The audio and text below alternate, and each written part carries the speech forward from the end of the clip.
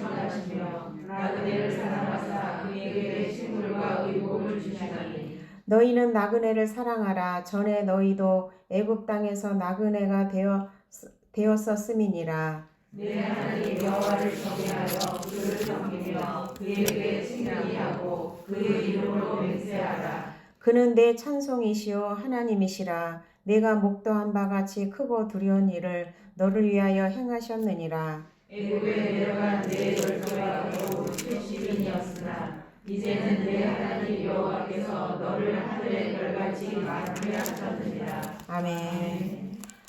이제 모세가 1절부터 이제 5절까지 십계명을 이제 새롭게 받은 사건과 또 아론의 자손이 이제 아론이 죽고 이제 아론의 자손들이 이제 제사장직을 계승한 일, 그리고 또 이스라엘 백성들이 계속해서 거듭되는 이 불순종과 거역을 이제 상기시키면서 가나안을 향해 계속 나갈 수 있도록 하나님이 은총을 이렇게 말하고 있어요. 그리고 모세의 간절한 중보 기도를 통해서 이스라엘 백성들이 어찌 보면 범죄함으로 싹쓸이 죽을 뻔한 거잖아요. 그런데 모세 중보의 간절한 기도를 통해서 이스라엘 백성들에게 또 아론에게도 긍휼을 베푸신 거죠. 그런데 이 아론이 죽음의 의미가 이제 아론이 123세에 죽었는데 민수기 33장 30절에 자세히 나와 있어요. 거기에 보면 아론이 이제 죽었는데 여기에 보면 모세라에 이르러서 아론이 거기서 죽고, 이거는 뭐냐면 이 모세라라는 것은 이제 징벌이라는 뜻을 가지고 있어요. 그래서 이 모세가 금송아지를 만들고 또 미리암과 합세해가지고 모세를 비방하고 또 같이 이렇게 동조해가지고 하나님을 원망하는 그 일에 했잖아요. 그래서 결국은 가나안 땅에 들어가지 못하고 이렇게 모세라에 이르러서 아론이 죽었다. 이제 이렇게 기록이 되어 있어요. 그리고 또 이제 여기서 쭉 보면 이제 제사장 레위 지파 8절에서 이렇게 보죠. 8절에서 보면 레위인은 이제 하나님 앞에 서서 섬기고 또 여호와 이름으로 축복하게 하셨고 그 일은 오늘날 같으니라. 그러니까 레위인은 따로 분깃이 없지만 이스라엘 백성들에서 나오는 그것을 이제 분깃으로 삼아 줬죠. 그리고 이제 레위인이 제사장의 특징은 여호와 이름으로 축복하게 하셨고 그 일은 오늘날 같이 이루느니라. 이건 뭐냐면 이 레위 지파 제사장들에게는 이 축복의 권세를 줬어요. 그래서 내가 축복을 하면, 내 이름으로 축복을 하면 그대로 이루어주겠다라는 이 신적인 권위를 이 레위 지파에게 이제 일임을 해줬죠. 그리고 이제 개별적으로는 땅이나 이런 것에 대한 이 분깃은 없지만 왜 그러냐면 이 레위인이 하나님을 섬길 때에 이 세상의 어떤 능력이나 물질이나 거기에 치중하지 아니하고 오직 하나님만을 섬기도록 그 사명을 잘 감당하도록 위해서 따로의 분깃은 주지 않았지만 이스라엘 백성을 잘 이끌면서 거기에서 나오는 모든 재물을 하나님이 가장 좋은 거, 가장 귀한 거를 그렇게 레위 지파들에게 이제 공급을 하셨죠. 그래서 이 삶의 필요한 모든 것을 하나님이 공급하기로 약속을 하셨어요. 그래서 레위인은 절대 궁핍하거나 줄이거나 헐벗고 하지를 않는다는 힌트를 얻게 됐어요.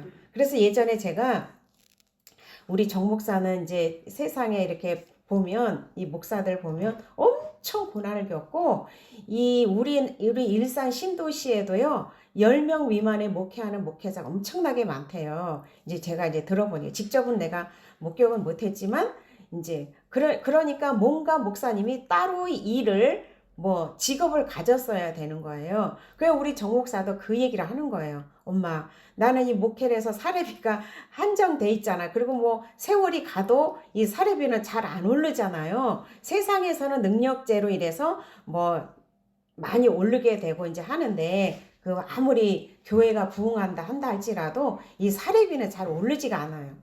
그러니까 이 목회자는 가난할 수밖에 없는 거예요. 근데 저는 그렇지 않다는 걸 저는 오늘 말씀에도 확증을 했지만 레위 지파들에게는 삶에 필요한 모든 것을 공급하신다고 그랬어요.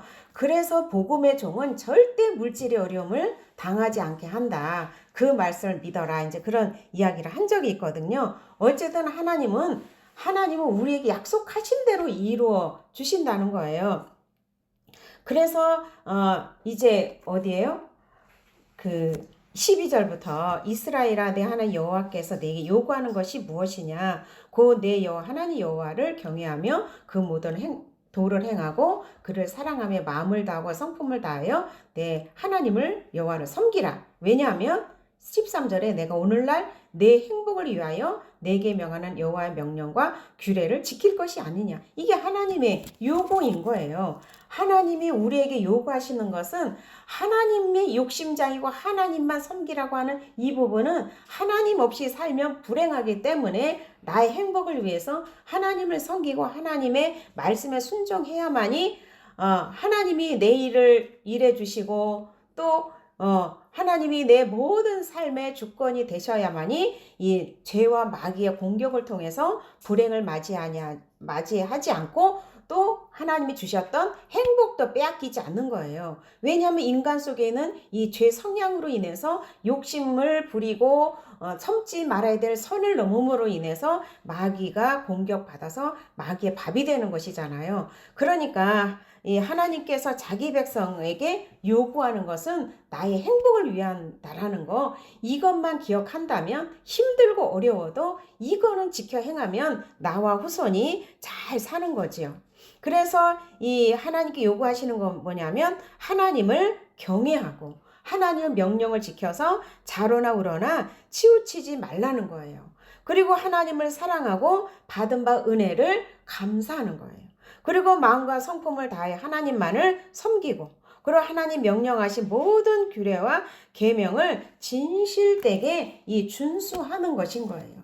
그런데 하나님께서 이렇게 명령을 하셨어도 그 20절이 되지 아니하면 이게 억지로 될 수밖에 없어요. 억지로 하다 보면 어느 날 폭발을 하잖아요. 보면 그 20절에 보면 내 하나님 여호와를 경외하며 그를 섬기고 그에게 친근히 하고 그 이름으로 맹세하라. 이게 친근히 한다는 게 뭐냐면 가까이 하고 쫙 달라붙어 있는 거예요. 포도나무 가지에 딱 달라붙어 있는 거예요. 그래서 포도나무 가지에 딱 달라붙어 있으려면은 어떻게 되냐면 이 가지를 깨끗하게 청소하는 일이 있어야 돼요. 그래서 하나님은 거룩하시기 때문에 이 냄새나는 부분을 씻고 제거를 해야 그 부분만큼은 하나님이 거룩하다라고 인정을 해주시는 거예요. 그래서 제가 얼마 전에 어떤 집사님이 또 자녀들한테도 가르쳐 줬다는 거예요. 왜 문둥병이 부분적으로 나면 부정하다 하고 문둥병이 전체로 발했을 때는 왜 정하다고 했을까? 응? 이거에 대해서 성령께 물었더니 성령이 정확하게 조명을 시켜주신 것이 부분적으로 죄를 인정하는 자는 부정하다. 근데 죄가 온전하게 인정하는 자는 하나님이 정하다고 하는 거예요. 이게 뭐냐면 자기는 죄의 공장이라고 총체적 타락을 인정하는 자를 하나님은 거룩다, 죄 없다, 깨끗하다, 정결하다라고 한다라는 거예요. 이거 정확한 거예요. 그래서 하나님과 친근히 하려면 이 냄새 나는 부분을 씻어줘야 돼. 뭘로 씻어줘야 되냐면 구약에는 짐승의 피로 씻었는데 신약에서는 예수님의 피로 씻어야 돼요. 성령 하나님께서 말씀을 통해서 죄를 들춰내고 조명이 되게 되면 그것을 인정하고 맞아요. 내가 그 죄가 있네요. 내가 무지해서 그랬어요. 몰라서 그랬어요. 내 악한 교만 때문에 그랬어요. 나의 고정관념 선입견 때문에 그랬어요. 하면서 고백하고 인정하면서 예수님께 고백을 할 때 진정 회개가 나오고 그 회개에 합당한 예물을 하나님께 드릴 수가 있는 거예요.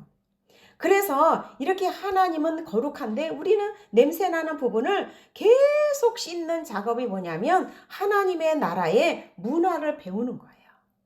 그런데 죄를 알지 못하면 회개를 못해요. 요즘에 어떤 분이 이제 이 죄로부터 구원을 받으려고 회개를 하려 하는데 죄가 발견이 안 되고 이 죄의 경중이 알아지지 못해서 괴로운 거예요. 그냥 뭐 다 그렇게 살지 뭐. 근데 죄가 죄로 인정이 안 되는 것 때문에 여러분 괴로워해 본 적 있어요? 나는 잘하고 있는데 그분의 말이 나는 그래도 교회 발전을 위해서 뭐를 위해서 성도를 위해서 잘하고 있는 것 같은데 왜 목사님은 나만 갖고 그러냐 이러는 거예요. 근데 죄가 발견이 안 되는 거예요. 그래서 하나님께서 여러 가지 말씀으로 이렇게 회개토로 이끌어 가셔요. 근데 그 다음 단계가 안 돼가지고 너무너무 괴로워해서 이제 저를 통해 차근차근히 이제 이렇게 가르쳐드린 그대로 하면 그대로 하나님의 성령이 일을 하시는 거예요. 그대로 하다가 자기 생각이 들어가면 신기하고 놀랍게 멈춰돼 버리는 거예요. 참 신기하고 놀랍죠? 그래서 그분을 통해서 나는 무엇이 확증이 되냐면 성령 하나님이 여전히 나를 세례 요한의 역할로 사용을 하고 계시는구나. 그래서 죄가 발견이 안 되면요. 회개할 수가 없어요. 왜냐하면 죄가 발견이 안 되면 나의 의, 하나님 나 이것도 했고 이것도 했고 이것도 했고 계속 자기 의를 하나님 앞에 들이댄다는 거예요. 그런데 하나님은 이 마음 중심을 보시잖아요. 이 마음 중심에 어떤 마음을 품었느냐. 그래서 우리가 날마다 이야기하는 게 뭐예요? 우리 속에 있는 선입견, 고정관념, 세상 철학에 묶여 있으면 이걸 하나님은 악이라 그래요. 이 세상 철학에 묶이고 고정관념, 이 선입견에 묶여 있으면 마음으로 겉으로 말 안 해도 마음으로 정지하고 판단하면서 자기는 의를 쌓는 거예요. 의롭다라고 생각하는, 나는 너와 같지 않다라고 하는 그 자체가 자기 의를 쌓는 거라는 거예요. 이해가 되셔요? 응? 그래서 이렇게 고정관념으로 상대방을 판단하고 정지하고 선입견 또 이 세상 철학에 이렇게 묶여서 하는 이 모든 행위가 다 악이라고 그러는 거예요. 근데 이것이 악이라고 성령 하나님의 이 말씀을 통해서 비침을 받아야 이게 악이라고 인정이 되는 거예요. 절대 인정이 안 돼요. 우리의 생각 갖고는 인정이 안 돼요. 그래서 그렇게 왜 악이라고 하냐면 그것이 선악과를 먹는 삶이기 때문에 악이라고 그러는 거예요. 그게 선악과를 먹는 게 뭐냐면 마귀에게 밥을 주는 거기 때문에 악이라고 하는 거예요. 이 악을 행하면서 하나님 앞에 아무리 기도한다 할지라도 하나님은 거룩하게 보지 친근히 할 수가 없는 거예요. 하나님은 그래도 뭔가 율법적인 삶 속에 잘 살았을 때 하나님이 뭔가 이렇게 해서 터치를 해줘요. 문제 해결을 좀 해줘요. 근데 그가 다가 아니라는 거지. 그래서 하나님께 친근히 하려면 항상 내 방법 이것을 내려놔야 돼요. 이거를 내려놓고 하나님께 말씀을 통해서 비춤을 받고 내가 회개하고 돌이키는 자가 아주 지혜로운 자인 거예요. 그래서 하나님은 이렇게 내 선입견 고정관념 이것을 하는 것은 악이라고 하는데 하나님 방법으로 하나님께서 나에게 필요한 모든 것을 하나님의 방법으로 하나님께서는 공급을 해주신다는 거예요. 그래서 이사야 57장 15절에 보면 이제 하나님 친근히 하는 방법을 관주를 통해서 제가 이 말씀을 또 이제 발견을 했어요. 이사야 57장 15절에 보면 하나님을 친근히 하려면 어떻게 해야 되냐면 여기에 이제 힌트가 다 나와 있어요.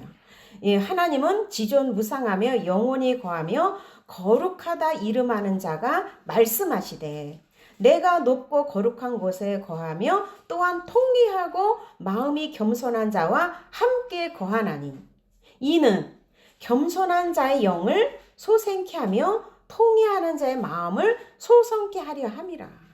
그러니까 하나님은 높고 높은 영원 불멸의 하나님이신데 하나님은 거룩하신 하나님인 거예요. 그러니까 하나님 거룩하신 하나님과 가까이 친근히 지내려고 하면 통회하고 자복하는 이 마음, 겸손한 마음이 있는 자. 나는 하나님 없이는 아무것도 할 수 없어요. 나는 하나님을 순간 떠나면 선악과를 먹고 악을 행하는 자예요. 이렇게 하는 자에게 함께 한다는 거예요. 자기가 죄를 인정하고 고백하고 회개하는 심령을 하나님은 말씀으로 씻어서 회복해서 그 영을 소생케 한다는 거예요. 그 영이 소생케 되면 하나님이 원래 지으신 목적대로 선악과를 먹지 아니하고 마귀의 밥을 주지 아니하고 항상 하나님의 말씀을 먹기 때문에 이 영이 소생이 되고 영이 영끼리 화답을 할 수가 있는 거예요. 그래서 이 하나님의 말씀은 나의 육신에 쩔어 있어요. 완전히 어릴 때부터. 이 쩔어 있는 사고와 가치관과 이 생활 방식을 다 뜯어 고치기를 원해요. 예수 문화로. 그냥 죄로부터 구원받았다고 불구덩이 구원받았다고 해서 하나님이 가만 내버려 두는 게 아니에요. 하나님의 나라 문화, 신부 수업을 하라는 거예요.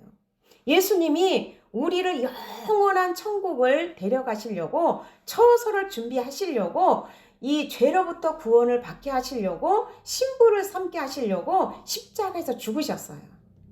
그리고 하나님의 나라로 가셨어요. 그리고 이제 다시 오실 때는 이제 신부 수업에 완성된 자를 데리고 가겠지요. 그런데 신부 수업을 할 때 이 세상 문화와 양다리 걸치는 이 신부 수업을 하나님 인정해 주실까요? 아니면 세상을 거슬려 하나님의 나라의 문화를 배우려고 문화를 실천하려고 내 자아를 죽이고 세상 임금을 정복하고 다스리는 이런 삶을 사는 자들을 하나님이 그 신부 수업에 합당하다고 이야기를 하실까요?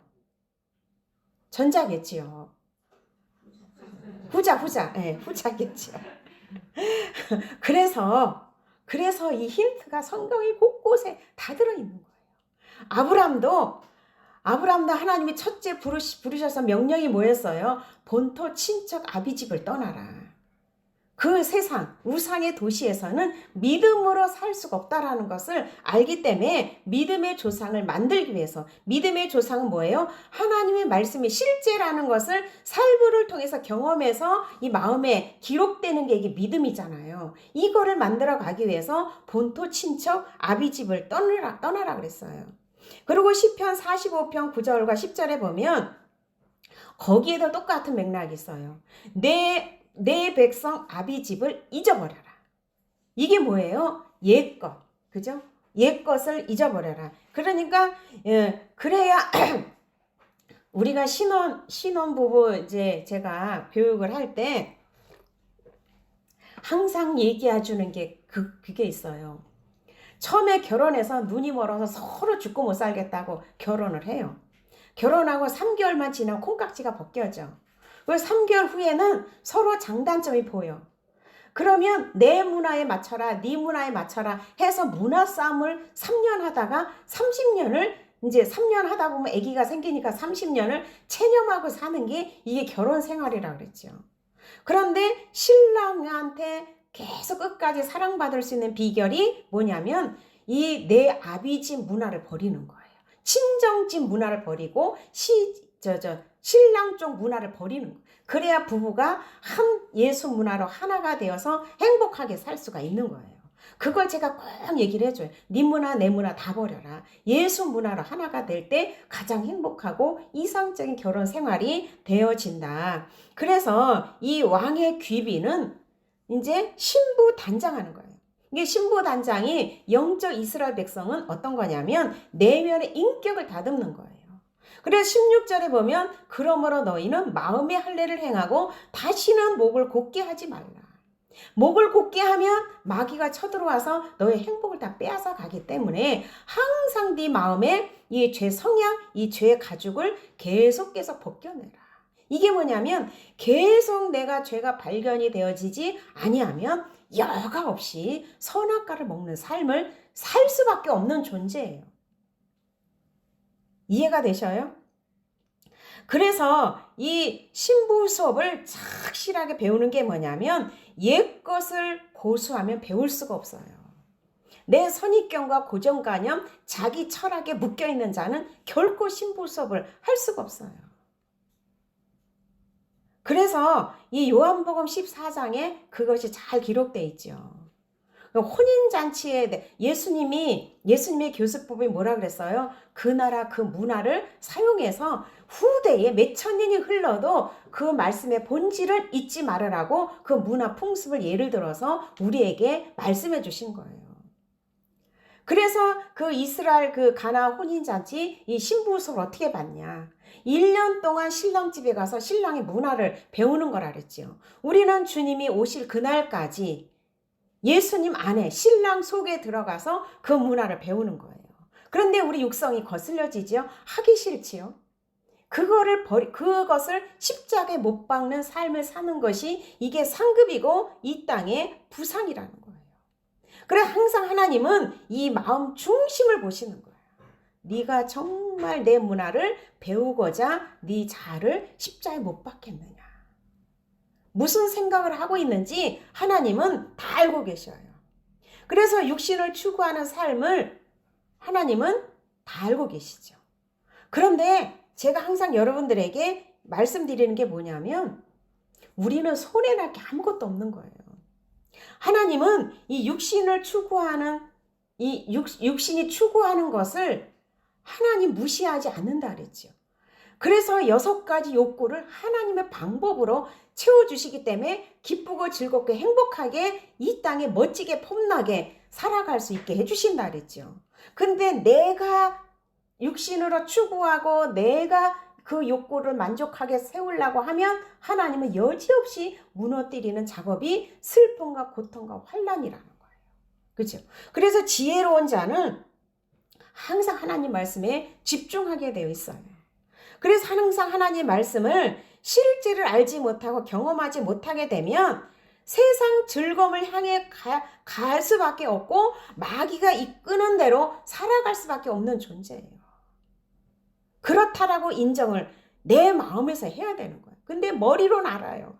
지식으로는 알고 이 지식은 알지만 그 지식이 결국 나를 살려주는 것이 아니라 그 지식은 나를 교만하게 만들고 내 영혼을 갉아먹게 만들고 하나님 관계에 친밀감을 느끼지 못하도록 그렇게 만든다는 거예요.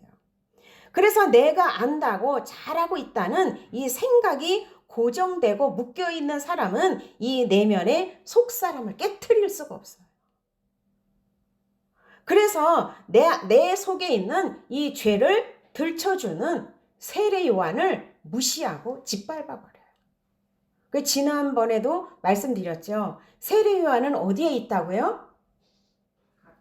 그죠? 가장 가까운 곳에. 나는 나를 몰라요. 나는 잘하고 있는 것 같아요. 그런데 어린아이 신앙 때는 확인을 하더라고요. 요즘에 우리 장로님은 나 잘하고 있지? 이만하면 잘하고 있지? 이걸 확인을 안 하더라고요. 좀 성장을 했나 봐요. 근데 나 잘하고 있지는 어린아이 신앙인 거예요. 근데 어린아이 신앙에 머물러 있으면 하나님은 어떨까요? 성장하지 않고 어린아이 신앙에 머물러 있으면 하나님이 어떤 작업을 하실까요? 처음엔 지팡이로 살살해요. 말 안 들으면 어때요? 때리면 어때요? 환난인 거예요. 고통인 거예요. 불행인 거예요. 그래서 이 하나님을 아는 이 지식 이론을 파라 그랬어요. 고린도후서 3장에 보면. 그죠? 3장인가? 응. 그래서 이 알고 있는 이 지식을 성령의 조명을 받지 못하면 나로 하여금 교만하게 만들. 하나님을 아는 지식이에요. 하나님을 아는 지식에 머물러 있으면 어떻다 그랬어요? 성령의 조명을 받지 아니하면 하나님은 그것을 깨트리기 위해서 하나님은 환난을 보내신다는 거예요. 형벌이 따른다는 거예요. 그래서 누가복음 11장 34절에 보면 내 눈이 성하면 내 몸이 밝을 것이요 내 눈이 어두우면 내 몸이 어두울 것이라. 이게 뭐냐면 영적인 눈, 육적인 눈, 또 양심의 눈 이것을 이야기하고 있죠. 그런데 이것이 어두우면, 전체가 어두우면 어때요? 소경이 되는 거예요. 그래서 내 모습의 죄가, 이 무게가 못 느껴지면 죄가 죄인지 인식이 안 되기 때문에 회개가 되지를 않아요. 그래서 죄가 인식이 돼서 죄를 인정하고 그 죄에서, 이 악에서, 선악과를 먹는 이 악에서 벗어나고 싶은 이 상한 심령을 주님 앞에 고백하는 자에게 영육간의 구원의 은혜가 임한다는 거예요. 이것을 맛보고 계속 주님이 오실 때까지 이것을 계속하는 거예요. 저도 지금까지도 계속 죄가 들고 일어나요. 말씀을 통해서, 주변 사람의 그 간증을 통해서 내 죄를 발견하며 그걸 가지고 하나님께 가면 자유인 거예요. 그러니까 어떤 분도 20년짜리가 발견이 된 거예요. 20년짜리가 발견이 되어서 남편한테 고백하고, 아, 나의 무지와 내가 인정받고자 하는 그것 때문에 이렇게 남편과 자녀가 고생을 했구나. 그러면서 남편에게 고백을 하고 해서 그 죄 문제를 하나님께로 가져가서 그렇게 해결을 했다는 거예요. 하나님께서는 이 죄를 한꺼번에 다 들치면요, 우리는 기절해서 나자빠져요. 그래서 이스라엘 백성들을 또 가나안 정복도 어떻게 했어요? 한꺼번에 다 내쫓으라 그랬나요? 아니에요. 믿음이 좀 생기고 나서 또 쫓고, 믿음이 생기면 또 쫓고. 그러니까 어떤 거냐면 이 처음부터 죄를 다 알려주지 아니하고 나의 영적 수준과 그 상태에 따라서 이 말씀의 빛을 조명해서 내 안에 있는 탐심, 욕심, 집착하는 거, 이런 것을 들추어서 깨닫게 해서 회개하고 하나하나 인정해서 버리고 돌이키기를 원하신다. 그러니까 오늘 회개했다고 내일 죄가 없는 게 아니에요. 제가 20년 동안 지금까지 하나님께 엎드리면 나 발견인 거예요. 죄 발견인 거예요. 내 죄가 발견이 안 된다. 그러면 나는 교만해 있거나 영적으로 나태해 있거나 선악과를 맛있게 먹고 있는 상태예요. 그래서 지난 수요예배 때도 우리 정 목사 그런 얘기했죠. 성경은 이리저리 번역하면서 이렇게 달라질 수가 있어요. 그런데 성경은 정확하게 그 성경이 스스로 증명을 한다 그랬죠. 왜? 성령 하나님이 성경의 기준을 통해서, 말씀의 기준을 통해 정확하게 증명을 해주는 거예요. 그래서 저는 참으로 감사하게 저는 누군가를 통해서 그렇게 많이 배우질 않았어요. 그래서 성령께서 조명시켜 주신 이 부분, 저는 진단받는 이런 신앙생활이 훈련이 되었던 거예요. 그러니까 성령께서 나에게 조명시켜 주신 부분, 그래서 제가 5, 6년 동안 열심히 제가 세미나를 쫓아다닌 거예요. 가면 성령이 조명이 된 거예요. 확인이 되고. 그래서 행간 속에 숨겨져 있는 이 말씀에 대한 이 의미가, 이게 내가 맞나? 이게 하나님이 나에게 친히 가르쳐 주신 이 조직신학인데, 하나님을 아는 신학문인데 이게 정말 맞나? 그랬더니 하나님이 누구를 통해서 확증을 시켜주는 거예요. 지금 또한 저도 계속 확증을 하나님께 요구를 해요. 저는 요즘에 어떤 거로 확증을 받냐면, 이제 속 썩이는 사람도 없고 성도들이 믿음으로 달려고 매일매일 말씀을 통해서 죄 발견돼서 그 죄를 회개하고 나면 하나님께서 거기에 회개의 열매가 맺혀진 그 열매를 가지고 오니까 너무너무 제가 기쁜 거예요. 그래서 이렇게 기뻐하며 살아도 되나? 이렇게 평안해도 되나? 아, 이거 내가 게으르고 나태한 거 아닐까? 이러면서 계속 나를 진단해 가고 있는 거예요. 그래서 제가 그거를 왜 깊이 생각을 해보니까 우리 장로님 보면서 그걸 알았어요. 너무 저는 성도들한테 많이 시달려 봐가지고 성도들의 속을 안 새기면 뭔가 이상한 것 같은 거예요. 그러니까 우리 장로님이 막 열심히 일하다가 일이 없으면 가만히 있지를 못해요. 뭔가를 해. 그래서 요즘에 너무 성도들이 속을 안 새기고 막 기쁨의 열매, 그 말씀의 실제 열매를 가지고 와서 막 열매를 나한테 갖다 주니까, 그 말씀의 실제 열매를 갖다 주니까 너무너무 기쁜 거예요. 그러니까 애통하는 마음이 덜한 거예요, 제가. 그래서 우리 장로님 보면서 이렇게 평안해도 되나? 이렇게 이게 나태가 아닐까? 이게 게으름이 아닐까? 이제 그래서 이거 어떤 목사님에게도 목사님 내가 요즘에 하는 게 없어서 너무너무 이래요. 막 이러면서 그런데 우리 교회에서 이런 일어났어요. 그러면 목사님 잘하고 계신 거예요. 나태한 거 아니에요. 그렇게 사역하는 사람이 거의 드물어요. 막 이러면서 용기를 주는 거예요. 그리고 우리 장로님 통해서 너무 시달려주는 사람이 없으니까 내가 이런 거 아닌가 그렇게 제가 대입을 해봤어요. 그러면서 또 어디 확증을 받냐면 하나님께서 나에게 이렇게 말씀의 조명을 주시고 세례 요한의 역할을 감당했을 때 거기에 따른 열매, 확증이 주어졌을 때 성령 하나님이 여전히 나를 사랑하시고 나를 도구로 사용하시는구나. 내가 게으르고 나태한 것이 아니구나 라고 이제 이렇게 저의 나름대로 확증을 받게 돼요. 어쨌든 그 기록된 성경을 풀어 설명해 주시면 그 뜻과 의미를 깨닫고 내 죄를 발견해서 이렇게 회개하고 하나님이 위로도 받고 또 힘을 얻는 이런 역사가 있다는 거죠. 그래서 어떤 환경이든 어떤 기회가 주어질 때 이 하나님께서는 기록된 말씀을 떠올려서 기억나게 하셔서 내 속에 있는 이 상한 감정, 분노, 또 죄 이런 거를 발견해서 이거를 씻어 가시는 역할을 하신다는 거예요.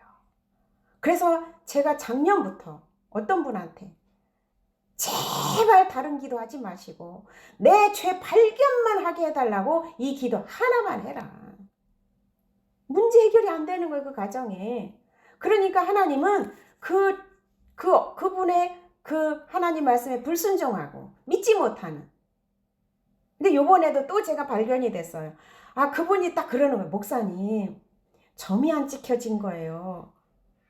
그래서 그래 나와 똑같아요. 나와 같아요. 내 과예요. 이 얘기를 딱 하는데 그러려고 하는데 내가 뭘 하는데 싹 뭘 일을 하다가 그렇지 그럴 수도 있지. 그럼 한번 점검해보자. 근데 진짜로 점이 안 찍힌 거예요. 그 순간은 목사님 알았어요. 그대로 해볼게요. 이런 거예요. 근데 딱 하나님 앞에 가서는 절반은 거의 다 잊어버리고 어떻게 해야 되는지를 몰라가지고 거기서 멈췄다는 거예요. 그러니까 자기가 겪어보니까 다른 사람도 진단할 수가 있는 거잖아요. 그래서 다시 한번 제가 조목조목 말씀을 드렸어요.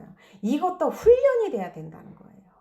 하나님 말씀을 그대로 내 거 섞지 말고 그대로 가져가서 하나님께 아뢰야 돼요. 근데 자꾸 내 것이 섞여져요. 그래서 우리 안에 이 죄나 이 분노의 감정이 가득 차 있으면 이 하나님 말씀이 안 들어와요. 내 욕구나 이게 꽉 차 있으면 말씀이 심겨지질 않아요. 그래서 하나님의 말씀인지 이게 내 얘기인지 이게 마귀의 소리인지 알 수가 없어요. 그래서 지극히 내가 알고 있는 이 도덕적인 기준으로 해서 이건 악이야, 이건 선이야, 이 정도밖에 판단을 못하고 해결을 못한다는 거예요. 그러니 내면까지는 갈 수가 없는 거죠. 지극히 자기가 알고 있는 도덕적 기준에서 내 죄를 발견을 하니까 이게 안 들어가는 거예요. 그래서 이 성령의 내 죄 깊이 조명을 받으려면 너무 간단해요. 늘상 얘기하는 거. 우리 교회뿐만 아니라 모든 교회 목사님들이 다 이 얘기해요. 뭐예요? 성경을 읽고 성경을 묵상하고 묵상한 말씀을 가지고 기도를 하고 실천을 해라.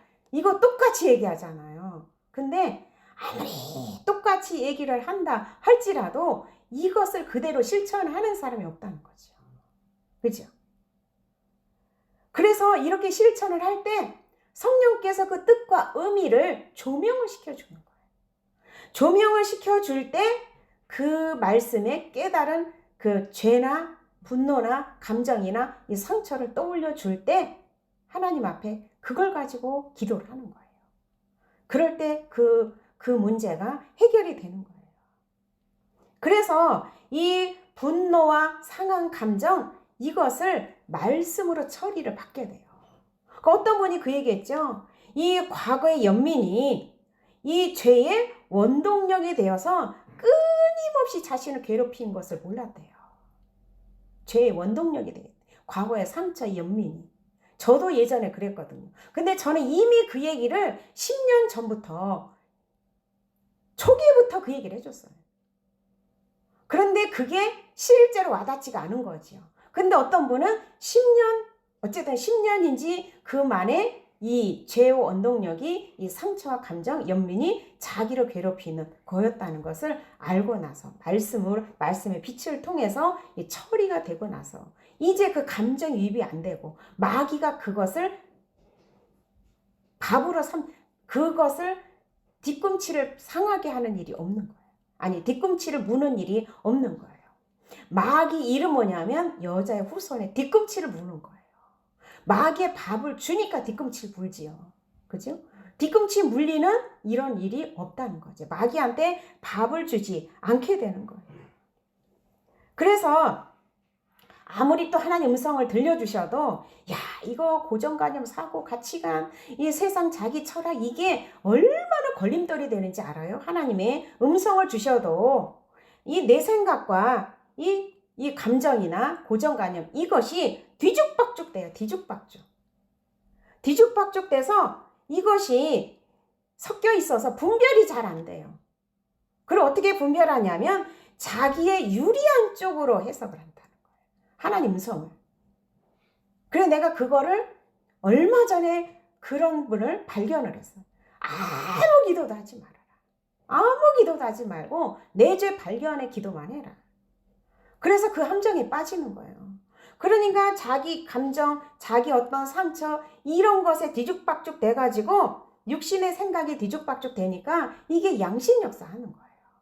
자기 유리한 쪽으로 해석하고 유리한 쪽으로 그렇게 생각을 하는 거예요. 그래서 우리는 정말 이 감정 십자가에 못 박고 진정으로 성령의 음성 조명을 받고 성령의 소리를 들어야 정확하게 이게 내 소리인지 하나님의 소리인지 마귀의 소리인지 정확하게 분별을 할 수가 있다는 거예요. 그래서 항상 하나님의 이 말씀의 기준에 늘 우리는 점검을 하라는 거지. 그래서 하나님과 친근히 하게 되면 내 죄가 발견이 되면 12절, 13절, 16절까지 해결을 할 수가 있어요. 마음의 할례를 계속 벗는데 교만할 수가 없지요. 그죠? 겸손할 수밖에 없어요. 겸손히 하는 자를 하나님이 가까이 해서 영을 소생시켜 준다고 하는데 이 말씀의 실제가 되어지는 거잖아요. 그러니까 첫 번째, 두 번째는 뭐냐면 하나님과 친근히 하게 되면 친근히 뭐예요? 속사정을 아는 거예요. 비밀을 다 털어놓는 거예요. 비밀이 예를 들어서 친구 중에도 비밀이 탄로나도 될 만한 비밀만 얘기하는 친구가 있고 탄로나면 절대 안 되는 것을 친구한테 하는 친구가 있고 어떤 친구가 진정한 친구예요? 응? 탄로나서 안 될 것을 지켜줄 줄 알고 신뢰하는 이 친구가 진짜 친구잖아요. 그러니까 친밀하다는 것은 내 속사정을 다 이야기를 해도 포용해주고 수용해주고 지켜줄 수 있는 자가 이게 친밀한 관계에 있는 자잖아요. 그죠? 그러니까 하나님께 나의 모든 비밀을 죄 성향 속에 들어있는 이 악한 감정, 죄 쓰레기잖아요. 이 죄 쓰레기를 다 들추어서 주님께 가져가서 주님으로부터 깨끗함, 시원함을 받는 관계가 이게 친밀한 관계예요. 그렇게 친밀한 관계에 있는 자는 마음의 할례는 항상 매일매일 벗게 되어 있어요. 하나님을 사랑하게 되고 규례와 법도는 율법은 저절로 지키게 되고 그죠? 나의 행복을 위해서가 아니라 하나님을 사랑해서 하게 되면 나의 행복은 저절로 오게 된다는 거죠. 자, 여러분들에게 얼마나 정확하게 가르쳐주고 있어요. 나는 이런 말을 할 때 너무 기뻐요. 너무 기뻐요.